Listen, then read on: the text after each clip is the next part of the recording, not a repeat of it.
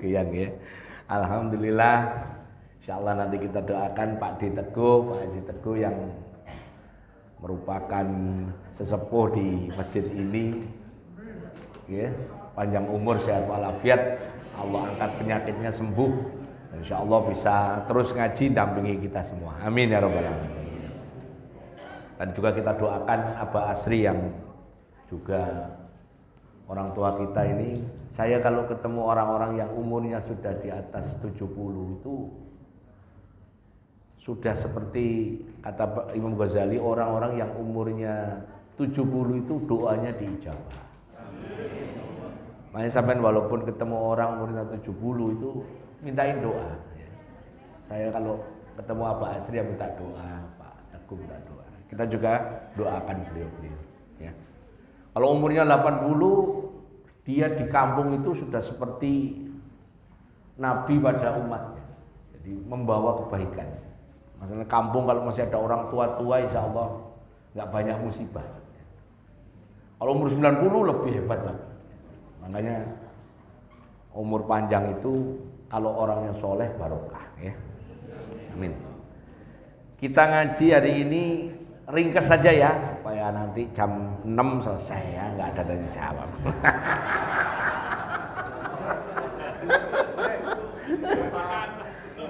Ini kalau belum panas kita tambahin waktunya ya. Jadi materi kita ini tidak, saya ambil dari kitab Zadul Ma'adnya dikit ya, tapi sebagian saya ambil dari kitab sejarah ya. Saya mau bahas sejarahnya Idul Fitri sama Idul Adha supaya sampean paham. Termasuk pertanyaan begini Pak, saya sering ditanya orang, Gus, apakah ucapan yang paling sahih, ya dengerin ya, apa ucapan yang paling sahih ketika lebaran? Ucapan yang paling sahih. Kalau sampean jawabnya itu ucapan yang paling sahih taqabbalallahu minna wa minkum, saya bilang entar dulu. Ya entar dulu. Karena itu memang betul ada di hadis, bahkan disebut di Asbabun Nuzul surat Taubat.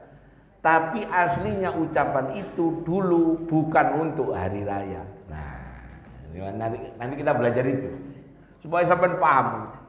Sampean paham. Jadi ngaji itu kan gunanya supaya paham.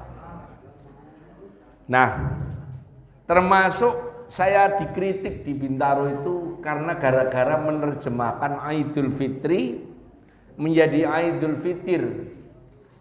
Idul itu kembali, fitir makan. Saya dikritik. Ustadz kok ngomong badokan terus kata gitu ya, saya terima aja. Iya nggak apa-apa. Karena kalau saya mencari di literatur kamus bahasa Arab, fitri atau fitir itu tidak pernah jadi fitrah.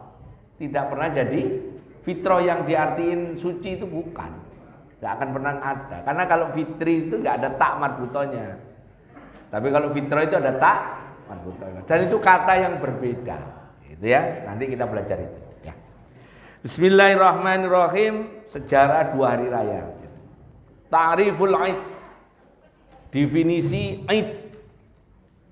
Itu sengaja saya nggak kasih harokat karena sampean panjenengan pasti bisa baca ya. Al-Aidu id adalah huwa kullu yaumin fihi jam'un wa aslul kalimat min ada ya'udu. Id itu adalah hari yang di dalamnya terkumpul yang bersifat orang-orang yang bersifat massal. Berasal dari kata ada ya'udu, maknanya kembali atau berulang. Ya, jadi kembali atau berulang. Itu Aid. Sedangkan ta'riful Aid, Aidan, Idul Fitir atau Idul Fitri wa huwal yaumul awal min syahri Syawal, Idul Adha wa huwal yaumul akhir min syahri Dzul Hijjah. Ini rumus ini sampean pegang betul karena ini nyangkut hukum fikih. Yang disebut Idul Fitri itu adalah tanggal 1 di bulan Syawal. Idul Adha itu tanggal 10, tanggal ke-10 di bulan Dzul Hijjah. Maka sholat Idul Fitri itu sah kalau tanggal 1 Syawal. Dan sholat Idul Adha itu sah kalau tanggal 10 Dzulhijjah. Tahu ceritanya yang saya ngomong gini itu apa? Siapa tahu nanti ada 2 hari raya. Misal kapan hari itu tahun lalu ya, Muhammadiyah itu hari Jumat, saya ingat saya ya. Pemerintah hari Sabtu, tahun lalu bukan tahun ini, tahun lalu ya. Saya punya teman di Surabaya, nelpon saya. Teman saya ini masih NU, mertuanya Muhammadiyah. Nelpon saya, Gus, boleh enggak aku nanti sholat idnya itu saya undur aja. Maksudnya tidak di tanggal 1. Ya enggak boleh, karena sholat id itu sah adalah di tanggal 1. Begitu juga Dzulhijjah tanggal 10. Besok-besok sampai kalau Dzulhijjahnya ini kemungkinan juga 2. Kalau nitip kurban, misalnya ke kampung itu, misalnya hari ini Idul Adha tanggal ada hari ini, ada besok misalnya. Tapi misalnya kemudian sampai ambil yang besok, terus sampai harus nelpon ke rumah, ke kampung. Kalau misalnya hewan kurbannya sampai sendiri sholat idnya tanggal 10 Dzulhijjah besok, sedangkan di kampung itu 10 Dzulhijjahnya dianggap hari ini, sampai nelpon, tolong sapi saya, kambing saya jangan disembelih sekarang. Karena bagi sampean kambing atau sapi sampean masih tanggal 9. Nah, motong tanggal 9 itu bukan kurban, tapi sembelihan biasa. Ini yang dimaksud ya. Ini penting karena terus yang mana yang dipilih ya terserah. Sama mau milih yang mana. Yang penting nggak boleh ngambil yang enak. Tahun ini pemerintah 29. Tahun depan insya Allah pemerintah 30. Muhammadiyah 29. Milih mana sampean? Nah, mungkin berarti madzhab 29 sampean ya. Masalah sampean. Qala Ibnul Arabi, berkata Ibnu Arabi, Sumyal aidu idan li'annahu ya'udu kullu sanatin bi farhi mujaddid.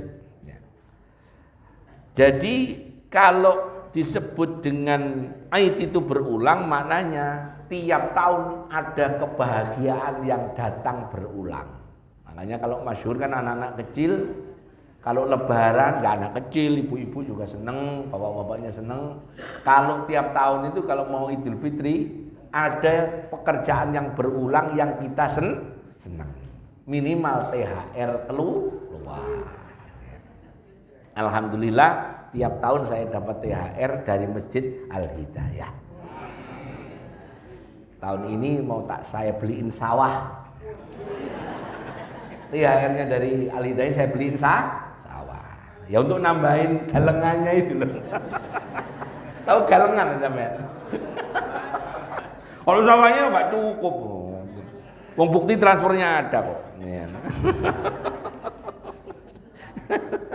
Beli galengan, kalau nggak ada galengannya kan nggak bisa lewat ya. Al-aid mustaq minal aud. Wa qul aidu yaudu bisurur. Dan Idul Fitri terdiri dari 2 kata, yaitu aid dan fitri. Mana aid artinya kembali. Al-fitru maknanya nuqayyidus shaum, artinya lawan kata dari shaum. Fatiru akala wasyarab, maknanya fitri itu makan dan minum. Jadi benar, fitir itu maknanya makan dan minum. Jadi Idul Fitri kembali makan dan minum. Makanya sunnah kalau mau sholat id makan minum dulu. Tapi nanti besok insya Allah tanggal 10 Dzulhijjah kita kalau mau sholat Idul Adha jangan makan dulu. Karena itulah terus sholat Idul Fitri itu lebih siang. Sholat Idul Adha lebih pagi. Ini juga ada ceritanya kenapa sholat Idul Fitri lebih siang, karena memang sholat Idul Fitri itu ya tadi makan dulu supaya siarnya takbirannya agak panjang. Sedangkan Idul Adha lebih pagi nggak apa-apa karena masih ada takbiran 3 hari berikutnya, kan gitu. Itu Idul Adha. Jadi besok-besok kalau ngeset bikin flyer masjid-masjid, tolong perhatikan rumusnya cara menetapkan waktu Idul Fitri sama Idul Adha. Cara membuat waktu Idul Fitri Idul Adha itu sebenarnya pakai waktu syuruk. Sekarang waktu syuruk jam 5.52. Misalnya hari ini Idul Adha misalnya 5.52. 5.52 Bapak tambah 15. Berarti jam 6 lewat. Hah? Ya apa sih matematikanya ya apa sih? 5.52 ditambah 15. 6 lewat 7 atau 8? 7. Jam 6 lewat 7. Itu disebut waktu tahrim. 5.52 ke 6 lewat 7 waktu tahrim. Waktu nggak boleh sholat. Mutlak termasuk sholat isyraq itu nggak boleh. Makanya saya nggak begitu suka sama jemaah yang begitu bunyi nanti 5.52 pada melepir sholat. Itu bukan sholat isyraq, itu malah haram sholat karena belum waktunya. Kapan sholat isyraq? 5.52 ditambah 15 6 lewat 7 itu sholat isyraq. Masih tahu ingat ya tambah maju. Pak Nur yang beludak ini. Ayo sini maju. Ya, ayo silakan. Di depan Bu, mohon maaf di depan. Ke depan ya. Ke depan ya biar yang baru masuk nanti bisa baru datang. Ya. Ngadep ke sini langsung ke saya enggak apa-apa. Nah, di situ nggih. Ya. Monggo. Masih kurang dingin tambahin lagi satu. Ya, sini. Nah. Yang bapak-bapak yang di belakang juga boleh, sini juga boleh. Nah. Ahlan wa sahlan, saya Mahfud. Iya. Dah masih kosong, ya. Sambun. Aku tadi ngomong apa ya? Oh. Cara menentukan waktu sholat Idul Fitri sama Idul Adha. Jadi kalau sampai nanti bunyi jam 5.52 itu bunyi itu waktu syuruk plus sampai 15 menit kemudian itu nggak boleh sholat, nggak boleh. Iya waktu takhrim, itu takhrim. Ya. Nah kemudian jam 6 lewat 7 ditambah 15 berarti sampai jam 6 lewat 22 itulah waktunya sholat isyraq. Waktunya sholat isyraq. Tapi masih ingat rumusnya, orang yang boleh sholat isyraq adalah yang subuhnya berjamaah. Bebas, mau di masjid boleh, di rumah boleh. Kan ibu-ibu kan mungkin jamaah di rumah. Ya. Harus berjamaah. Terus deket saya nggak apa-apa, nggak gigit kok saya. Emangnya kucing. Enggak, nah deket sini nanti.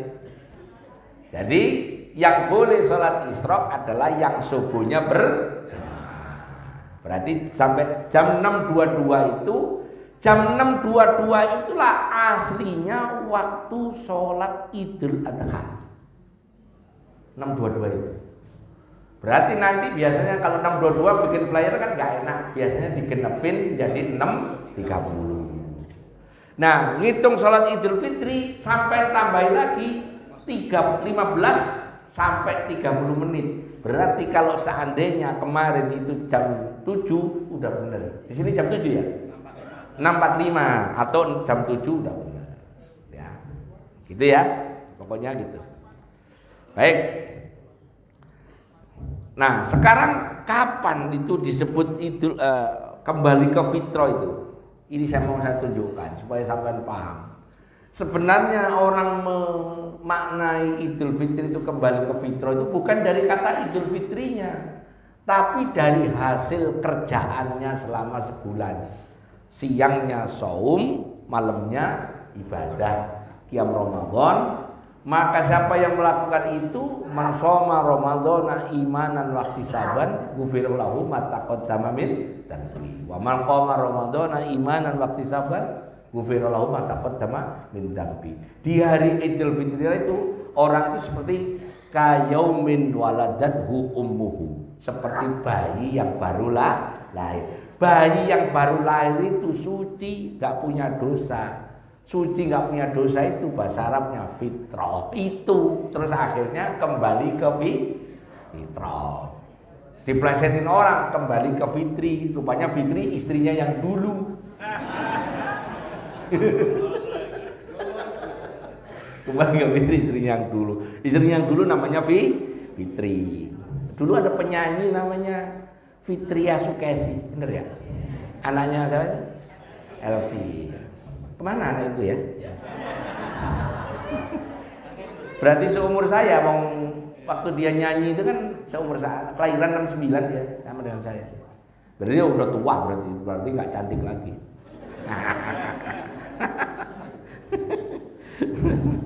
Ya. Nah sekarang saya mau cerita, ketika Nabi Muhammad SAW hijrah ke Medina, itu di Medina itu sudah ada hari raya, punyanya orang Yahudi ada, punyanya orang Nasrani ada. Yang paling meriah waktu di Medina itu hari raya, punyanya orang Majusi. Ada 2 hari raya, namanya Nairus sama Mihrojan. Nairus sama Mihrojan. Jadi kalau sampean punya anak, punya cucu, jangan diberi nama Nairus, karena itu hari rayanya orang Majusi. Orang-orang sekarang itu kan kadang-kadang sok-sok ngarap terus ngasih nama ngawur. Anaknya lahir laki ganteng diberi nama Syaitoni. Panggilannya Tony. Ya Syaitoni kan setan ngawur. Ya, Syaitoni. Apa hari pernah ingat ya cerita saya, tetangga saya, anaknya diberi nama Naila. Kalau sampai lihat di kamus, Naila itu nama berhala selain Lata, Uzza, Manat, Naila. Berhalanya ada di Bukit Sofa. Berhala perempuan, Naila. Begitu saya beritahu, siapa namanya, kan saya diundang. Gus, nanti akeko ya? Oh nggih.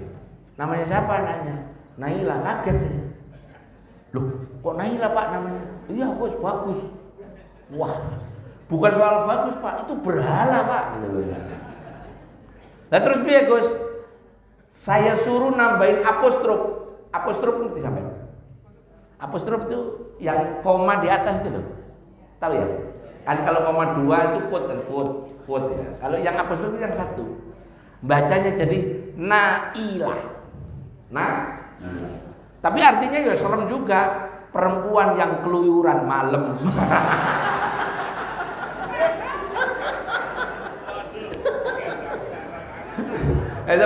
Keluyuran malam ngaji kok, ngaji. Jangan mikir jelek, ngaji, pulang ngaji dari Al-Hidayah malam gitu loh. Pokoknya ada pengajian malam di mana datang dia gitu. Itu Nailah. Ya, makanya dari dulu saya itu kalau ada orang lahir anaknya itu mesti japri saya. Anaknya cucunya ini dia nih, Mas Suryansyah masuk, oh tak kasih, ini jangan ini, jangan ini. Udah ratusan yang kasih nama itu. Nah, alhamdulillah. Mudah-mudahan nggak usah bayar kalau soal konsultasi nama, nggak usah bayar. Beneran, tak tunjukkan dia. Ya tetap Nailanya ya berhala. Nggak bisa tambahannya, nggak ngaruh tambahan. Nailanya masih dipakai. Berarti ada cucunya Naila. Aduh. Anaknya sama itu artis itu Jamal Mirdad itu kan Naila ya. Apa? Naisha. Shaila ya. Ini ngaji apa ngomongin artis ya? Jadi hari rayanya waktu itu yang rame itu Nairus sama Mihrojan. Karena orang Islam tuh takjub lihat orang di Medina itu, orang Majusi itu bikin hari raya seperti itu, maka Nabi Muhammad SAW bersabda begini, telah digantikan yang 2 hari raya Majusi itu yang lebih baik, yaitu Idul Fitri dan Idul Adha. Jadi untuk mengimbangi itu namanya terus itu. Nah, diinformasikan waktu itu karena Nabi sudah punya hari raya, orang Islam sudah punya hari raya Idul Fitri, Idul Adha, orang Majusi ya tetap hari raya. Madinah itu kan masyarakat yang campur-campur ya, ada yang Majusi, ada yang Nasrani, ada yang itu balik penuh banget, tidak heran ya. Luar biasa ya. Moga-moga agak maju ya. Agak sini enggak apa-apa ini. Subhanallah, termasuk jin ya. Jadi karena waktu itu rame, Majusi punya hari raya, yang Nasrani punya hari raya, yang Yahudi punya hari raya, orang Islam punya hari raya, itu biasa di Madinah. Nah, faktanya kalau orang Yahudi atau orang Nasrani, orang Majusi itu punya hari raya, Nabi dikasih hadiah. Itu ada hadisnya itu. Makanya dalil ini saya pakai. Saya itu kalau Imlek Xinjia itu tetangga saya yang Chinese ngasih hadiah. Ada angponya. Angpo kue keranjang, ada angponya yang warna merah itu. Ya banyak. Lebih banyak daripada dari masjid-masjid itu. Artinya betulan menghormati tetangganya itu begitu. Nah nanti karena dia naruh amplop ke saya, ya begitu nanti ke dia Cynthia ya saya kasih, saya balikin, tapi nggak amplop, ya sekedarnya aja gitu loh ya. Soalnya kan amplop yang dari sini kurang kalau dibalikin ke sana kan gitu ya. Ya udah gitu aja. Jadi hukumnya nerima hadiah dari hari rayanya orang non Muslim itu boleh. Nabi Muhammad itu yang dilarang itu bukan hadiah, tapi sodako sama zakat. Jadi Nabi dan keturunan Nabi apa namanya? Alul Bait. Termasuk yang menisbatkan dirinya namanya Habib atau Habibah itu sebenarnya nggak boleh nerima sodako, nggak boleh nerima zakat. Nurut datanya keluarga saya, umi saya, ibu saya itu anaknya Kiai Supangi. Kiai Supangi itu anaknya Ali Sulaiman. Ali Sulaiman itu sampai ketemu Sunan Prapen. Sunan Prapen itu anaknya Sunan Giri. Sunan Giri itu Ahlul Bait. Jadi kalau saya itu memasang gelar saya itu Habib Gus Arifin itu boleh. Cuman saya nggak mau. Kenapa? Nggak boleh nerima sedekah. Nggak boleh nerima amplop, masalah. Repot. Umi saya kan turunan Sunan Giri, jadi ya enggak. Kalau orang nanya Gus Arifin, iya masih ada. Cuman ya saya nggak membanggakan keturunan karena memang nggak boleh ya gitu. Nah kemudian berikutnya, bagaimana Idul Fitri zaman Rasulullah itu? Rasulullah itu puasa tahun pertama Ramadan itu, tahun pertama Ramadannya itu yaitu tahun kedua Hijriah. Itu kalau dihitung pakai kalender Masehi, itu beliau mulai puasa tanggal 28 Februari. Dan beliau hari raya tanggal 29 Maret 624 Masehi. Ya kayak mirip kita hari ini. Nah, zaman itu kenapa Rasulullah itu meminta supaya sholat itu tidak di masjid? Karena saking banyaknya orang. Masjid Nabawi nggak cukup. Akhirnya beliau memindahkan sholat di Masjid Nabawi itu ke lapangan. Tujuannya apa? Tadi itu loh, untuk menunjukkan syiar, karena di situ ada orang Majusi, ada orang Nasrani, ada orang Yahudi. Jadi bikin sholatnya di lapangan. Nah lapangannya itu Bapak masih ada sekarang. Kalau Bapak Ibu umroh, cari Masjid Gomamah. Masjid Gomamah itu ada di barat dayanya Masjid Nabawi. Itu dulu lapangan. Nah kisahnya, cara menetapkan waktu Idul Fitri nggak kayak tadi. Nabi itu ketika Idul Fitri yang pertama itu pokoknya perintahnya begini, semua orang suruh datang ke lapangan. Yang perempuan, yang head, yang pokoknya anak-anak kecil suruh diajak semua. Supaya apa? Siarnya rame. Dikisahkan waktu itu ada orang-orang yang nggak punya khimar, nggak punya apa? Kerudung, nggak punya jilbab. Kata Nabi, udah pakai kordeng-kordeng, nggak apa-apa. Oh sudah. Ya waktu itu kan belum, orang Islam belum terlalu kaya.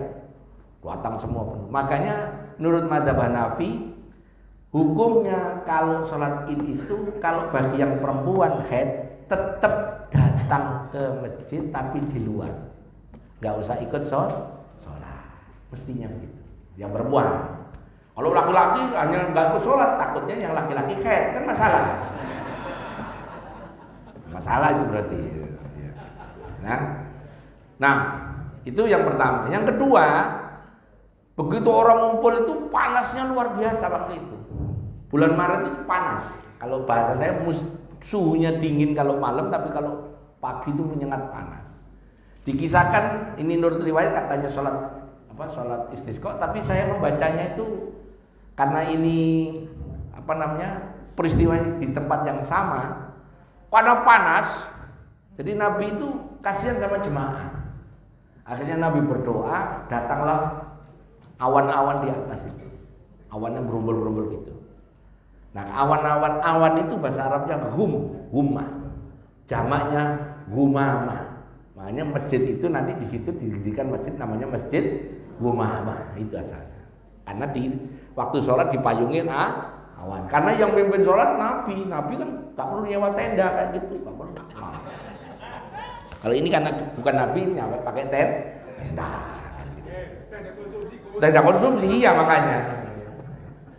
Nah itu yang pertama. Yang kedua, waktu mau memulai sholat itu Bilal kan takbiran, yang mimpin takbir Bilal. Caranya takbirannya Nabi itu nggak ada hadi itu yang mimpin. Kalau kita takbiran kan misalnya Pak Tisna itu Allahu Akbar, Allahu Akbar, Allahu Akbar, la ilaha illallah, Allahu Akbar, Allahu Akbar, walillahil hamd. Terus bareng kan? Nah, itu zaman Nabi nggak begitu, bareng. Pokoknya nggak ada yang mimpin. Nah, memimpin takbir itu namanya hadi, bukan imam. Hadi. Kalau di sini apa aja mimpin Bilal, padahal namanya hadi itu yang mimpin duluan. Nah Nabi itu nyuruh Bilal bareng aja. Begitu udah mulai agak panas, Bilal ngasih kode ke Nabi. Nabi nggak ngasih izin. Bilal mau mengatakan as-sholatul jami'ah. Terus Nabi bilang, tunggu sampai anak onta yang di dekat situ berdiri. Anak ontanya berdiri. Jadi ini sunnah. Jadi makanya ada orang yang sok-sok kita harus niru Nabi. Kalau sampai niru Nabi, tiap sholat id bawa onta di ujung sana. Sampai baru mulai as-sholatul jami'ah yarhamukumullah, nunggu onta berdiri. Nah, onta itu berdiri itu ada sebabnya. Kulitnya onta anak yang masih kecil itu kulitnya masih tipis. Dia duduk di atas pasir. Pasirnya kena panas. Pasirnya panas karena dia kulitnya tipis, nggak kuat terus berdiri. Lah kalau sampai di sini bawa onta di sini sampai jam 11 belum sholat. Oh adem. Habis hujan lagi kan gitu. Nah, makanya kadang-kadang orang itu kalau dalil kita harus niru Nabi. Enggak semua yang ada di Nabi bisa ditiru, termasuk onta itu. Ya. Nah, tanggal 29 sholat. Kemudian peristiwanya sesudah sholat itu pulang ke rumah masing-masing. Ibu Aisyah itu punya teman ngobrol lah, teman kongko lah, teman besti lah. Ya perempuan-perempuan Medina kan bestinya Abu Aisyah kan banyak, Ibu Aisyah kan banyak.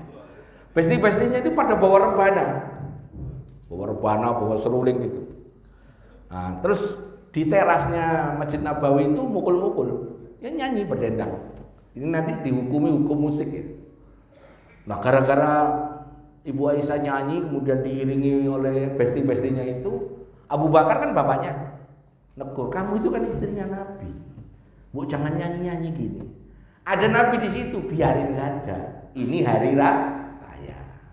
Nah waktu itu mukul rebana mukul ya biasa sampai zaman Khalifah Abbasiyah nanti.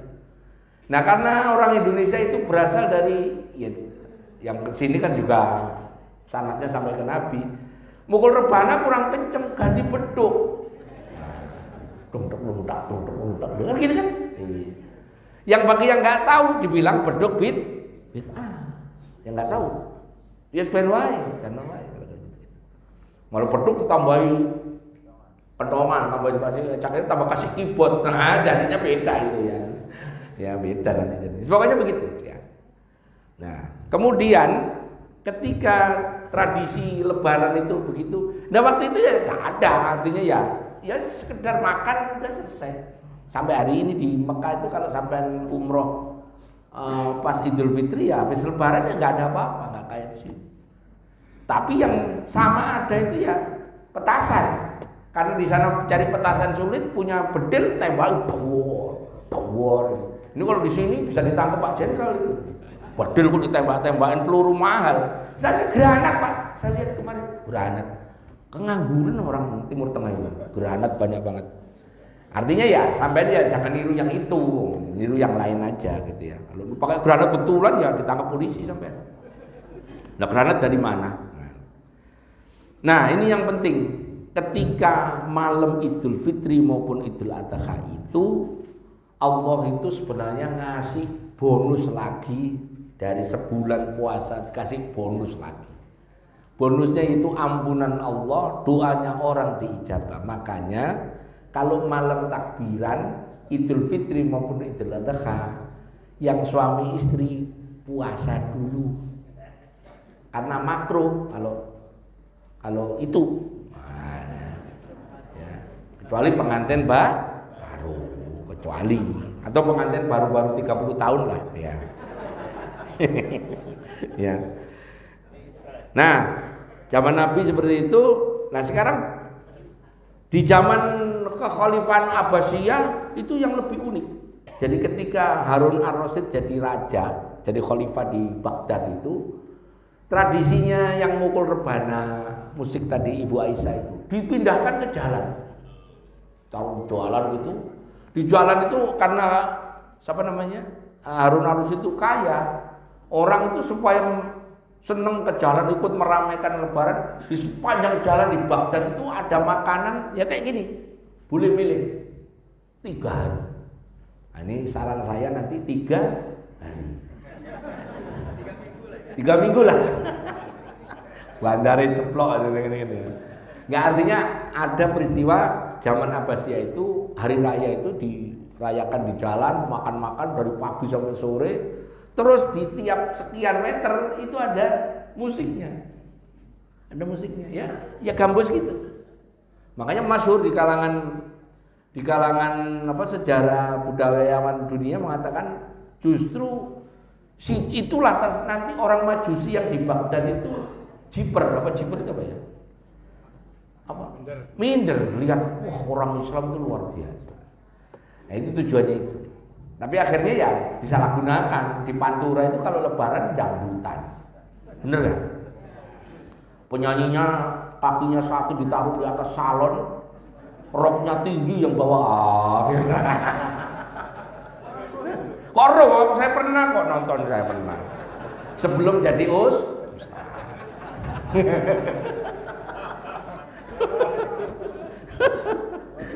Itu yang bikin rusak suasana Idul Fitri itu sebenarnya. Sekarang udah diatur kalau pas penyanyi kalau pas Idul Fitri itu pakai jilbaban. Tapi roknya tetap tinggi. Jilbaban roknya tinggi piye? Ora mudeng. Nah, ini sekarang kita bahas ucapan selamat hari raya ya. Saya tunjukkan tadi pertanyaan saya di awal. Umumnya orang mengatakan ucapan hari raya yang paling masyhur itu taqabbalallahu minna wa minkum, terus minal aidin wal faizin, yang Arab. Yang Indonesia ya macam-macam. Saya mau ngomong begini saja, jangan sampai orang itu taunya sedikit terus ngira itu yang paling benar. Taunya bahwa ucapan hari raya adalah taqabbalallahu minna wa minkum. Apakah itu dari hadis? Iya. Tapi itu aslinya dulu bukan ucapan untuk hari raya. Aslinya itu dulu ada sahabat Nabi namanya Ka'ab bin Malik sama temennya 2 orang. Diajak ikut perang sama Nabi, nggak mau karena satu lain hal alasan. Kalau dalam bahasa militer itu desersi. Nggak mau, iya bener ya jenderal. Kalau nggak mau ikut perang, mundur dari pasukan, desersi. Desersi di zaman Nabi ya hukumannya berat, di penjara. Nah, orang 3 ini di penjara di masjid. Karena waktu itu belum punya penjara, ditaruh di masjid. Pokoknya orang 3 ini selama 40 hari nggak boleh keluar dari masjid, di penjara. Nah, setelah perang selesai, Nabi dapat wahyu surat Tobat 118 itu di halaman 6. A'udzubillahi minasyaitonirrajim wa 'alal thalatsatil ladzina khulifu hatta idza dhaqat 'alaihimul ardu bima rahubat wa dhaqat 'alaihim anfusuhum wa dhannu an la malja'a minallahi illa ilaih tsumma taba 'alaihim liyatubu innallaha huwat tawwabur rahim. Al-ayat. Di surat ini dikatakan orang yang 3 itu kamu lepaslah karena tobatnya sudah diterima. Orang yang pertama dengar ayat ini turun dari Nabi itu namanya Abdullah bin Mas'ud. Abdullah bin Mas'ud di medan perang tuh dengar ini, dan teman yang di penjara itu kan temannya. Langsung naik kuda pulang ke Madinah. Buka pintu masjid, nemuin Ka'ab bin Malik. Kamu kok tergesa-gesa apa? Terus Abdullah bin Mas'ud berkata, taqabbalallahu minna wa minkum. Berarti aslinya taqabbalallahu minna wa minkum itu ucapan orang yang keluar dari penjara. Baru tahu sampai. Akhirnya ulama ya udah. Tapi orang yang dari keluar penjara itu ada apa yang apa? Seneng, gembira. Itu yang diambil akhirnya. Jadi kalau ada orang yang seneng, gembira, ucapannya taqabbalallahu minna wa minkum. Naik pangkat, ucapan taqabbalallahu minna wa minkum. Nikahan, taqabbalallahu minna wa minkum. THR cair, taqabbalallahu minna wa minkum.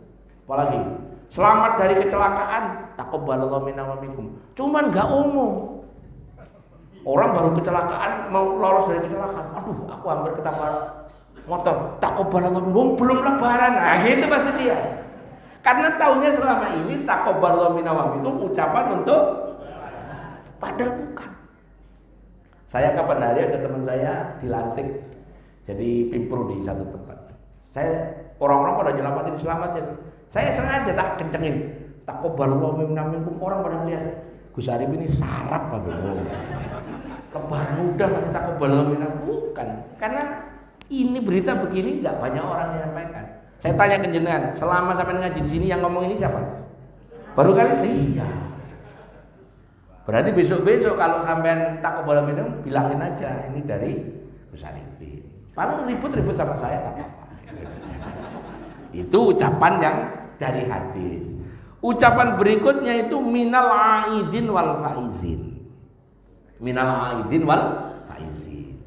Itu sebenarnya ucapan karangan, ngarang aja, nggak ada hadisnya. Diambil dari kata-kata la yastawi ashabun nari wa ashabul jannah, ashabul jannati humul faizun. Bentuk aslinya itu faizun, arafah. Tapi karena di depannya ada minal aidin, maka wawun nun diganti ya nun, bacanya minal aidina wal faizin. Ini bacanya juga nggak boleh keliru. Aidin pakai dal, faizin pakai za. Nah, saya sering nonton di TV termasuk reporter, termasuk pejabat yang ngucapin minal aidin wal faizin. Oh, gak jelas gitu. Saya itu kapan hari dipanggil TVRI, saya lagi live itu. Ini tolong ya, ini TVRI termasuk waktu itu. Kalau ada tapping itu ngambil gambar, itu ucapan itu coba tunjukin diktenya itu di halaman 9 tuh. Tulisannya harus kayak gitu, minal aidin wal faizin. Termasuk yang di spanduk-spanduk itu. Saya lihat beberapa ini sudah mulai benar di TV-TV sudah mulai benar. Tapi butuh waktu lama. Nah karena waktu itu saya live di TVRI tahun berapa itu, habis ngeritik itu sampai hari ini udah nggak pernah dipanggil di TVRI. Banyak orang itu kalau diberitahu itu baper Pak. Dan saya itu nggak dipanggil gara-gara ngeritik yang undang itu sering. Masjid-masjid itu kan kalau saya ceramah terus ngeritik masjidnya itu, misalnya apa gitu, ya nggak dipanggil lagi. Untungnya di sini tuh walaupun saya sering ngeritik, dipanggil terus. Alhamdulillah. Nah, terus menurut ulama bagaimana? Kata Ibnu Taimiyah, nggak ada ucapan yang khusus di hari raya. Taqabbalu minna minkum boleh, minal aidin wal faizin boleh. Sepurone sing kathah boleh. Kosong-kosong boleh. Sepurone ya Mas Bro, boleh. Utangku lunas ya Bro. Bentar dulu. Enak amat utangku lunas enak amat ini. Jadi akhirnya kan nggak bisa kita berdebat mengatakan ucapan yang paling sunnah taqabbal minhu, nggak bisa. Bukan itu aslinya.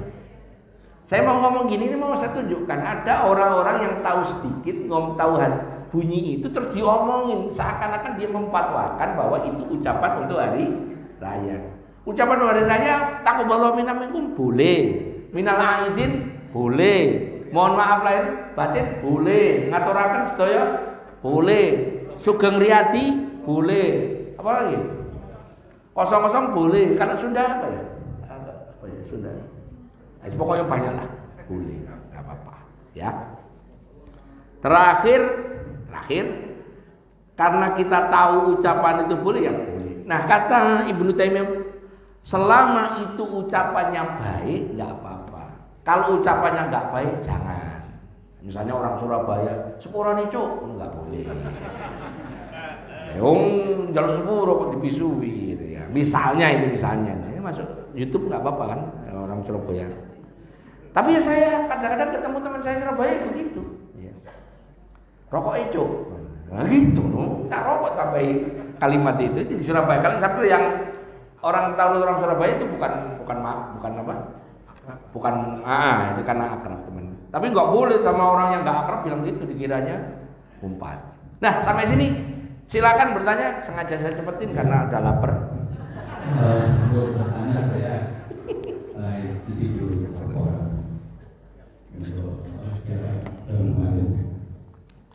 Assalamualaikum warahmatullahi wabarakatuh. Waalaikumsalam.